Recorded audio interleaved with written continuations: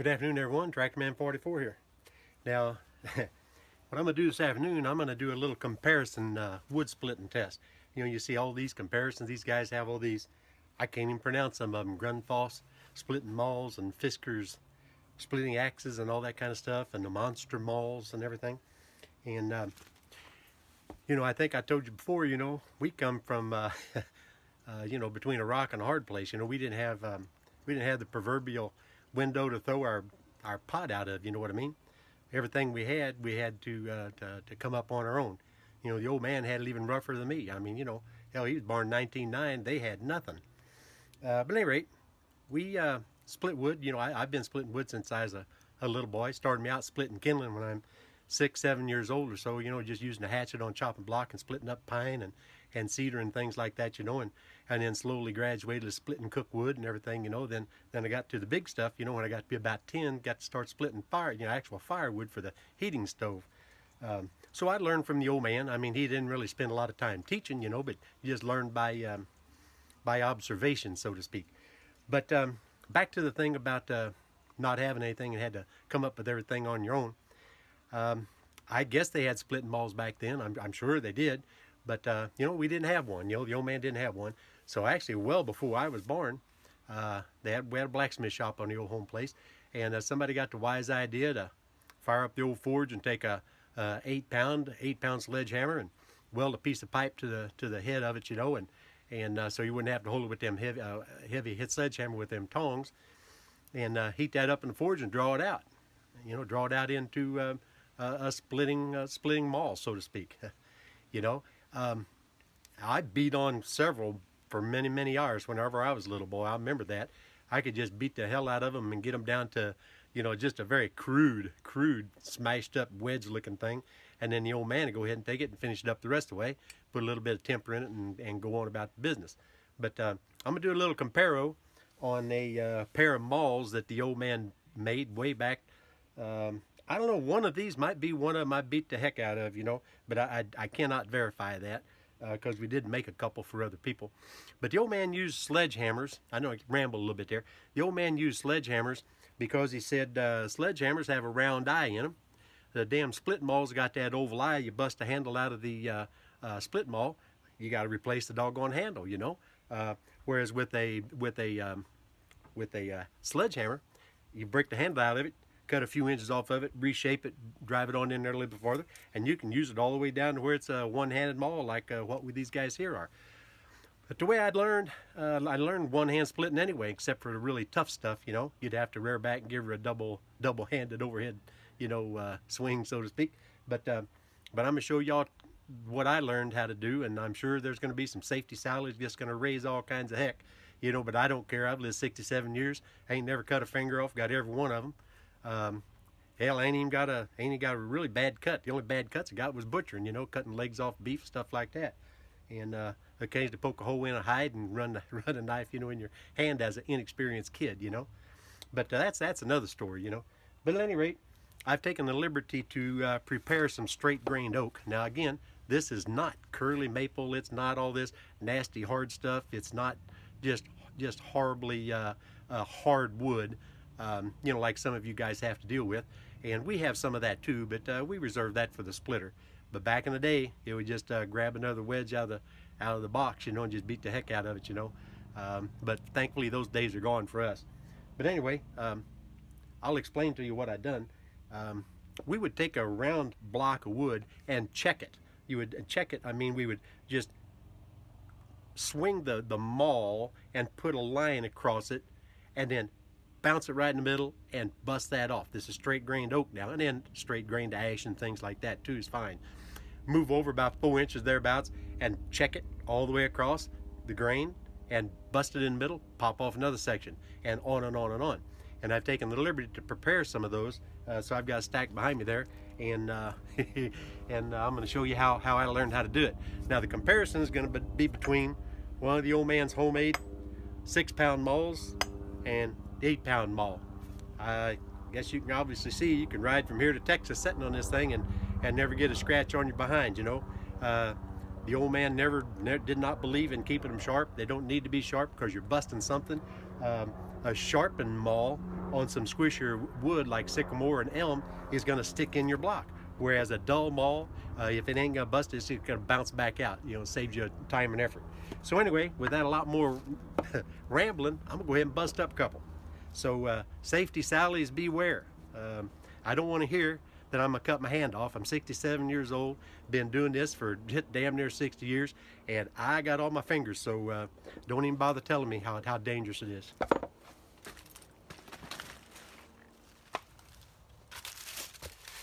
Before I start this video, let me clarify a few things. Somewhere in most of my videos where I'm doing something, I either put it in the description or somehow I tell you to don't do as I say and definitely don't do as I do. Everything I do is not necessarily deemed safe by all the safety Nazis, but I don't particularly care, simply because, you know, I live my life the way I want to live it. I take full responsibility for what I do. You know, if I cut my leg off with a chainsaw or run over my foot with a tractor or get crushed by a log, you know what? It's on me. I ain't blaming nobody for it.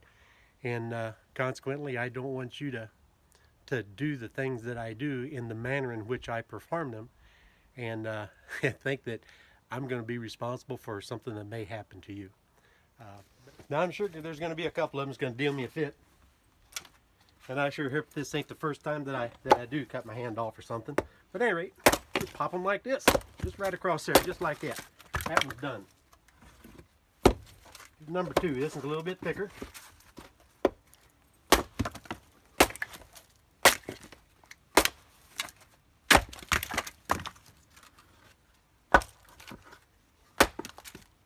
This is the 8-pound.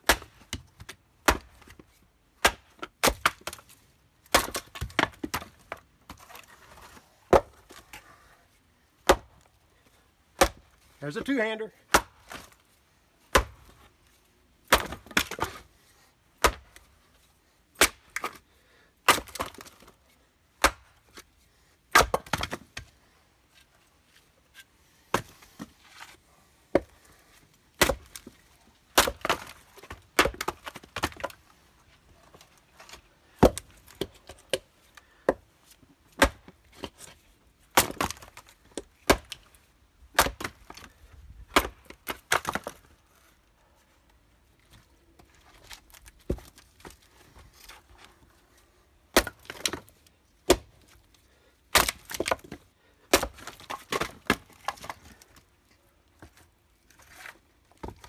Now, in the old days, I could go like this for hours on end.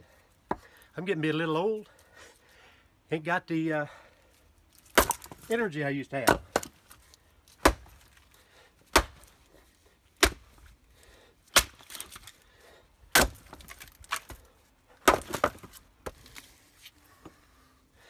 Couple 2-handers up here.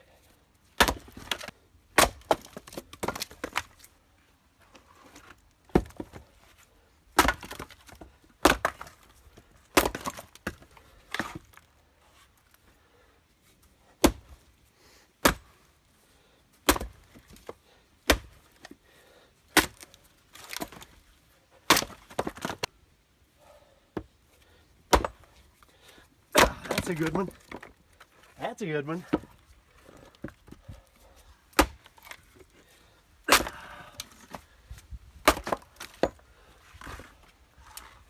Take the heart out. I know you could hear me kind of breathe a little hard there to the tail end. In my in my defense, hey man, I got a couple years on me here. But at any rate, this is going to be the little 6-pounder now. It's been busted and re-welded a couple times, you know. We're pretty rough on stuff. But see how it does. The little 6-pounder is actually a lot easier to control than that 8-pounder. The old man would almost never use the 8-pound. He almost continuously and exclusively used the 6-pounder. Again, it's all what you get used to. Now you're wondering, possibly, about this tape that's on the handle. This tape right here, the old man always put that tape on there, and I follow suit. It lets you know exactly where you're at. on that handle. You don't have to guess about it. You feel that, and your mind knows exactly where that's at. So if your mind knows where that's at, it knows where this is going to hit. Of course, it doesn't hurt how many hundreds of thousands of times I've swung these balls in woodpile. So a little bit of that goes a long way too. Show you something else. If you notice, I don't mind keeping my hand out there when I've got a big piece, but when I get up closer to the edge, I don't hold on like this. I just use the tips of my fingers. So if I happen to come in contact with my hand, it's just going to knock my hand away.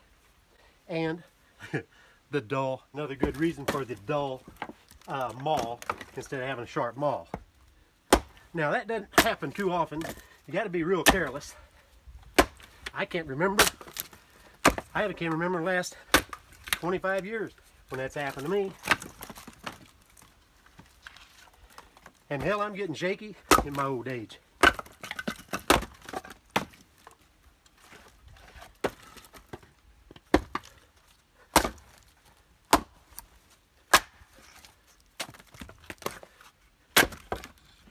The old man was tough as nails. I don't think I can hold a candle to the old cotton picker.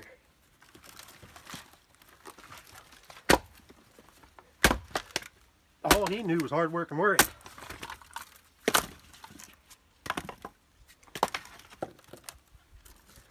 By comparison, I ain't nothing but a play baby. Playing around with YouTube, all these old antique tractors and stuff, you know, riding my motorcycle. That's nothing serious. That's got nothing to do with survival. Them old timers, that's all they were concerned with, is surviving another day, another week, another month, another winter. So there you have it. There's a couple of wheelbarrows full of wood, but there's the two. 8 pound, 6 pound. Dull enough, like I said before, you can ride from here to Texas on it, never get a scratch. You know, all the time you hear people talk about how they do not want to have a chopping block, you know, because they say, well, it messes you up, you know, you lose your inertia, you know, mid-swing and everything because you're hitting your piece of wood about your belly height and all that. Well, you know, I don't necessarily subscribe to that theory. I subscribe to the theory if it works for you, that's the best doggone thing for you. I have never split wood on the ground. Don't like it at all. I was born and raised and brought up splitting wood on a chopping block like that, and using the one-handed method. And quite frankly, splitting on the ground just ain't gonna cut it. It ain't gonna cut the mustard for the way I split wood. But a lot of people want to do it that way, and that's fine. But it always feels to me like the ground is like a cushion, and it's absorbing such a percentage of your swing, whereas you have the billiard effect here. Whenever you put this on a block of wood, you've got a hard surface that you're coming in contact with whenever you put that force into that block of wood. But at any rate, again, it's personal preference. I mean, there ain't 1 in 10, 1 in 100 people out there would even take a chance swinging them all like that with one hand, and I appreciate that. That's not a big deal. I don't do it hardly at all anymore, you know, with the advent of hydraulics. But as I said, it's pretty much just a personal preference, you know, and I personally prefer to have somebody else split my wood. That doesn't happen too often. I get the son-in-law and the son come over every now and then. Even the little lady comes out and runs a hydraulic lever for me and tosses some of it into the woodshed, and I appreciate that too. My daughters even do it. So, the old timers always had a reason for everything they did. You know, like the old man wanting to use a sledgehammer because it had a round eye. You know, a sledgehammer handle starts out, my God, it's 32 inches long. What, I don't even know how long they are. Well, you know, you can start out with about that long, but the old man didn't. He'd always cut them down to about like this. This one's probably been broken about 3 times or more, but this is absolutely the perfect length for one-handed splitting. Absolutely the perfect. When you have to rear back and get a two-handed swing, you still have plenty of force, especially if you're selective about the type of wood that you're splitting with, you know, by hand with the one-handed method, because there's very, very seldom, percentage-wise, where you actually have to swing, you know, more than once, or very, very often, very seldom, more than twice or 3 times. You know, and it just works really, really well. Again, you have to have that technique down, and I think I've not really perfected it, but it's got me by all these years. But at any rate, it's not a bad idea at all, you know, having that tape on there, because like I say, that lets you know exactly where you're at. And the 8-pounder definitely gets a little bit tougher to swing, you know, after you get about 100, 150 swings on it. It's kind of like a pitcher baseball, you know, throwing so many pitches, you know. You're swinging pretty good with that right arm, you know. I think you would probably swing a little less if you had both arms on it. But then again, look how much energy you're going to spend bending over picking up a piece of wood, or like a lot of guys put that rubber band around them, you know, or put them inside of a tire and all that. That's all got their wonderful benefits. Just ain't for me. I I just don't do it that way. Never even tried it. I'm afraid if I tried it, I might like it. And quite frankly, I like this as an alternative, but I prefer the hydraulic wood splitter, and it works a whole lot better. But anyway, now you might have noticed, and you might even criticize the fact that it didn't look like the pieces of my wood is real consistent as far as size is concerned. Well, there's a couple of reasons for that. Around this neck of the woods, you know, the women folk pretty much keep the fires going, you know. We're gone all day. Heck, we're working. We got other stuff going on. And the ladies come home from their jobs and everything, you know, a little bit early. And it's their job to keep the wood going, the wood fire going. So if the pieces are too big, if they're those big old manly chunks, you know, that it takes 2 men and a boy to pick up and throw in the furnace, you know, the women ain't going to do that.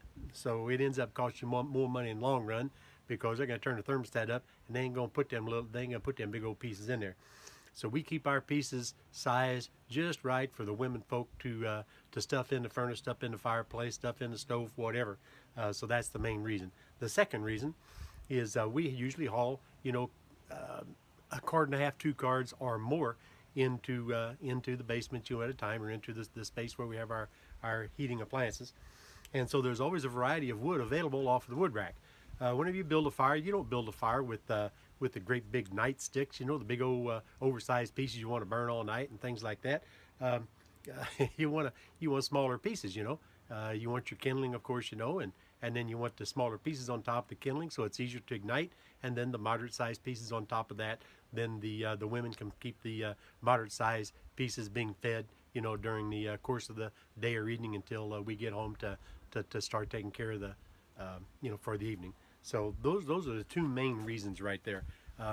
I do it for economics, simply because my wife can only pick up so much and put in the stove with one hand without burning her arm.